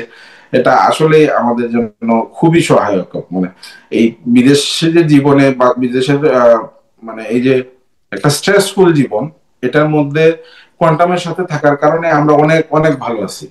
অনেক সমস্যা আমরা খুব তুড়ি মেরে সমাধান করে দিতে পারি, কারণ আমরা তো প্রশান্ত থাকি। আমরা চেষ্টা করি, আমরা ইতিবাচক থাকাটা যে কত গুরুত্বপূর্ণ সেটা ফিল করি আমরা এখানে কোয়ান্টামের সাথে থাকার কারণে। তো আলহামদুলিল্লাহ আমরা আসলে কোয়ান্টামের সাথে দেশে থাকতে ছিলাম, এখানে এসে থাকতে পারতেছি। এবং ওই যে গুরুজি প্রতি মাসে আমাদের সাথে প্রোগ্রাম করে প্রত্যেকটা সমসাময়িক বিষয়ের উপর দিক নির্দেশনা দিচ্ছেন, আমরা কিভাবে সঙ্গের সাথে একাত্ম থাকবো সেটার দিক নির্দেশনা দিচ্ছেন। এর চেয়ে বড় সাপোর্ট জীবনে আর কিছু হয় আমি মনে করি না। আলহামদুলিল্লাহ আপু, অনেক অনেক চমৎকার একটা সময় আসলে আমরা একসাথে কাটালাম, খুবই ভালো লাগছে। ধন্যবাদ আপু। ধন্যবাদ আজমেরী নির্ঝর এবং তৌহিদ এলাহি ভাই, আপনাদের দুজনকেই। আপনারা অত্যন্ত ব্যস্ততার মধ্যেও আজকে আমাদের জন্য সময় করেছেন। দর্শক, এরই সাথে শেষ করছি আমরা আমাদের আজকের হোয়াটসঅ্যাপ সাকসেস এর বিশেষ এই এপিসোডটি। এবং আমাদের আজকের এই এপিসোডে আমরা মূলত ইউরোপ এবং আরো বিশেষভাবে ফ্রান্সে অভিবাসন বিষয়ে আপনাদেরকে কিছুটা তথ্য দেওয়ার চেষ্টা করেছি। এবং এসব তথ্যের আলোকে যদি আপনারা এই বিষয়টি সম্পর্কে কিছুটা উপকৃত হয়ে থাকেন, আমরা খুবই তাতে কৃতজ্ঞ বোধ করব। এবং আপনাদের প্রতি অনুরোধ থাকছে যে আপনাদের যদি আরও কিছু জানার থাকে তাহলে কমেন্টে আমাদেরকে জানান। আমরা চেষ্টা করব যারা যথার্থ উত্তরগুলো জানেন তাদের কাছ থেকে উত্তর সংগ্রহ করে আপনাদেরকে দেবার জন্য। আপনারা সবাই ভালো থাকুন, সুস্থ থাকুন, নিয়মিত আমাদের চ্যানেলের সাথে থাকুন এবং আমাদের এই ধরনের কন্টেন্টগুলো যদি আরও দেখতে চান তাহলে আপনি এটাকে সাবস্ক্রাইব করে রাখতে পারেন। ধন্যবাদ সবাইকে। আসসালামু আলাইকুম।